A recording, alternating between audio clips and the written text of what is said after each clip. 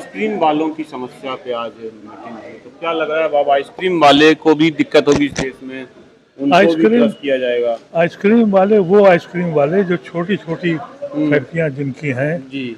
जो सैकड़ों लोगों को एम्प्लॉयमेंट देते हैं, गरीबों को, जिनकी वजह से बहुत सी ट्रालीज चलती हैं, बहुत से छोटे मोटे काम करने वाले हैं।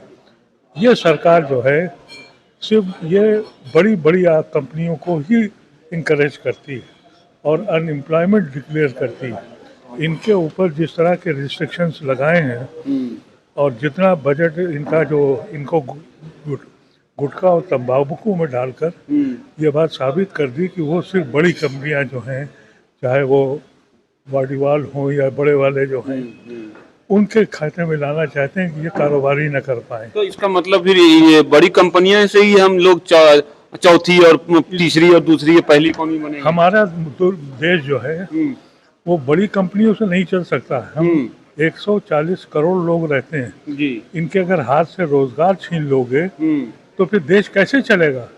जो आज हो रहा है इस मुल्क में कि 100-200 जो बिजनेसमैन हैं वो पूरे हिंदुस्तान की इकानमी को चला रहे हैं, और आप बार बार ये कहते हैं कि साहब हमारा तो सेंसेक्स यूं बढ़ गया। कितने लोग अनएम्प्लॉयड हो गए, इसकी बात क्यों नहीं करते? अब तो लोग भाग रहे हैं, गैस सिलेंडर नहीं मिल रहा है, कालाबाजारी हो रही है, लोग भागे जा रहे हैं दिल्ली छोड़ के। और क्या करेंगे बेचारे, कहाँ जाएंगे? क्योंकि ये जो जैसा अभी कहा भी गया कि रिफाइनरी हमारे यहाँ के जो अंबानी और ये लोग हैं ये वहाँ खोल रहे हैं अमेरिका में। अडानी ने रिफाइनरी खोल रखी है वहाँ हाइफा में, इसराइल में। हमारे यहाँ नहीं करेंगे। तो अब 11 साल इनको इंकरेजमेंट मिल रहा है सरकार से। 11 साल हो गए मोदी जी, अभी तक एनर्जी का कुछ नहीं पता कर पाए कैसे। अगर इस तरह के तो पहले भी संभावना होगी ना युद्ध पता नहीं क्या वजह है कि यहाँ की जनता सड़क पे क्यों नहीं आती। अब कौन सा वक्त आएगा? विपक्ष आप लोग भी तो सड़क पे नहीं आ रहे हैं। हाँ, हम लोग भी नहीं आ रहे। जेल जाना, जो पार्टी जेल में रही सब दिन, वो जेल जाने से डर रही है। बिल्कुल आपने ठीक कहा, यही हो रहा है।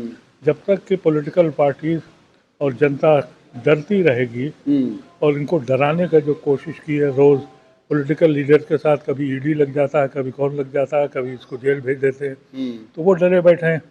और दूसरी जो जनता है वो क्यों खामोश है, ये मुझे बड़ी अफसोस है। क्योंकि जब हम लीडर, जनता तो शायद ये सोचती होगी कि ईडी कर रहा है तो ये भी भ्रष्ट, वो भी ऐसा है कि जब यहाँ लीडरशिप थी, मैं खुद भी छात्र यूनियन से आया हूँ, अरुण जेटली भी छात्र यूनियन से आए थे। तो जब लोग छात्र यूनियन से आते थे वो सब बंद कर दी इन्होंने। अब स्टूडेंट लीडर नहीं आता, अब बिल्डर आता है पार्लियामेंट में, या माफिया आता है। तो वो तो पैसे का खेल है। आज तो पीएम ने हाथ भी खड़े कर दिए। ऐसे लोग चाहें कि इलेक्शन लड़ सके, पंचायत का भी नहीं लड़ सकते, बड़ा मुश्किल, नहीं लड़ सकते, इसलिए पैसे का खेल है। आज की जो स्टेटमेंट पार्लियामेंट में दी है पीएम ने, तो उसपे उन्होंने कहा कि कोविड जैसी सिचुएशन के लिए तैयार रहे। ये तो कोविड में उन्होंने सत्यानाश कर दिया और ये कहा कि कोई मरा ही नहीं। अब इससे पार्लियामेंट के अंदर ये बयान है उनका, कोई मरा ही नहीं, जबकि पूरे के पूरे शहर गायब हो गए। शमशान वीरान, वो शमशानों में जगह नहीं रही, कब्रिस्तानों में मट्टी नहीं रही। जितने भी गैस सिलेंडर हैं यहाँ, कम से कम उसपे काला 2-2 हजार में गैस सिलेंडर मिल रहे हैं मार्केट। भाई मैंने तो सुना इसके भी ऊपर गए हैं और अभी भी वो झूठ बोल रहे हैं। अरे अगर मिल रहा है तो ये लाइन क्यों लगी है पेट्रोल पंप पे या एजेंसियों, गैस एजेंसियों के पास? लेकिन कोई पूछने वाला नहीं है। जब चाहो झूठ बोलो। प्राइम मिनिस्टर की पोजीशन ये है कि वो पार्लियामेंट में जाता ही नहीं है, वो सिर्फ बयान देने जाते हैं और जो भी मर्जी हो बयान दे देते हैं। बाकी वो अखबार उठाइए, सिवाय उनकी फ़ोटो का कुछ दिखता नहीं है। तो जब प्रोपेगेंडा इस तरह का हो और जनता खामोश हो तो देश के लिए बड़ा कठिन, कुछ तो अंत होगा, कुछ तो इनका हिसाब होगा। उम्मीद तो रखनी चाहिए और उम्मीद के बगैर कुछ होता भी नहीं है। ऐसा